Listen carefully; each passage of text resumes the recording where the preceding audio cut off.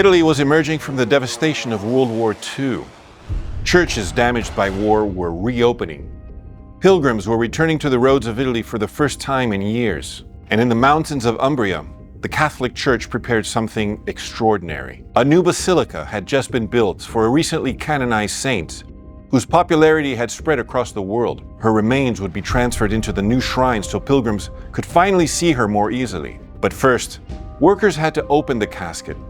It had remained sealed and venerated for centuries, and instead of finding little more than dried up bones as they expected, the men who opened it were stunned by what they saw. The body was still recognizable. The face, the hands, the features of the woman so many had prayed to for generations was still visible inside the coffin. Who was this woman? Her name was Saint Rita of Cascia, and what they uncovered inside that coffin would become one of the most disturbing and fascinating mysteries in Catholic history.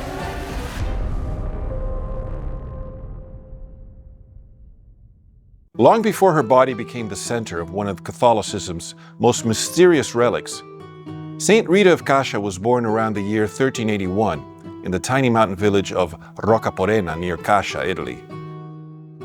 Italy at the time was a violent place. Family feuds could last generations, and revenge killings were common. From a young age, Rita wanted to become a nun, but her parents arranged the marriage instead. Her husband, Paolo Mancini, was known for his temper and connections to the violent conflicts of the region. Rita spent years trying to hold together a family surrounded by anger, tension, and instability. For a while, life seemed to settle. She became a mother of 2 sons and tried to build a normal life, despite the violence around them. But then everything changed. Paolo was ambushed and murdered, and suddenly Rita found herself trapped in the same cycle of revenge that had consumed so many families before hers. Her sons became determined to avenge their father's death. Rita begged them to let it go. She pleaded with them not to spill more blood. Some say she prayed that God would take them before they committed murder themselves. And then, in a strange twist of destiny, both boys became sick and died, fulfilling the very plea she had made. Within a short period of time, Rita lost her husband and both her children. Now completely alone, she returned to the dream she had carried since childhood. She went to the Augustinian convent in Cascia and asked to join, but the answer was no. The sisters feared the violence connected to her family. Accepting Rita would drag the convent directly into the deadly feuds tearing apart the region. But over time, something changed. Peace was finally reached between the rival families, and the doors of the convent were finally opened to her. Inside those walls, Rita disappeared into a life of prayer, fasting, and silence. But the stories surrounding her were only beginning.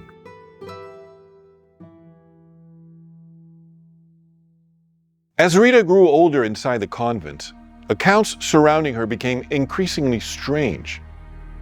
The most famous involved a wound on her forehead. According to tradition, while meditating on the suffering of Christ, Rita received a wound from a single thorn of Christ's crown. The injury reportedly remained on her forehead for years. Some accounts claimed the wound emitted a terrible odor. Others described periods where it produced a fragrance instead. The injury isolated Rita from many of the other nuns and only deepened the belief that something extraordinary was happening inside the convent. Then, in 1457, Rita died. But according to early witnesses, the strange events did not stop. Stories quickly spread that her body gave off a sweet scent after death. Pilgrims started to arrive almost immediately to see her remains. And unlike most bodies of the period, Rita's corpse reportedly remained recognizable long after burial. Over the centuries, church officials repeatedly inspected the remains during investigations connected to her sainthood. Descriptions from these examinations claimed the body had resisted normal decomposition. As devotion to Rita expanded across Europe, her coffin became one of the major pilgrimage sites in Italy. Then came the 20th century. In 1900, Rita was officially canonized by Pope Leo XIII, transforming her into a global Catholic figure. But the moment that shocked modern pilgrims came after World War II. A new basilica had been constructed in Cascia to hold the growing crowds visiting her shrine. In 1947, workers prepared to transfer Rita's remains into the new church.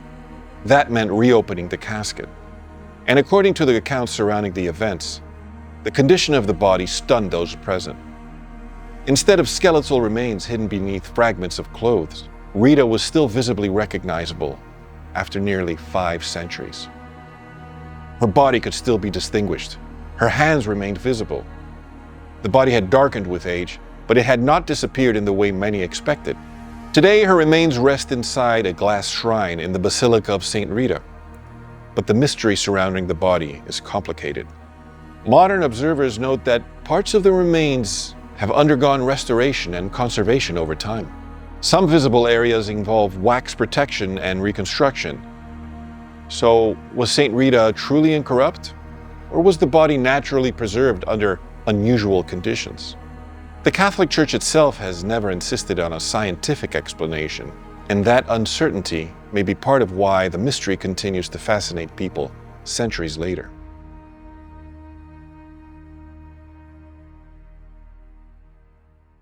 What made Saint Rita unforgettable was not simply the condition of her body. It was the story attached to it. A woman trapped in violence who refused revenge. A widow who lost her entire family. A nun who spent decades in obscurity and suffering. And a body that, centuries later, still draws pilgrims from around the world. That is why Catholics eventually began calling her the patron saint of impossible causes. Not because her life was easy, but because almost every part of it seemed impossible to survive. And perhaps that's why people stand silently before her glass coffin today, not just looking at the remains of a medieval nun, but to confront the unsettling possibility that some stories refuse to disappear. So what do you think of Saint Rita of Cascia? Do you believe her body is actually incorrupt? Or is there another explanation?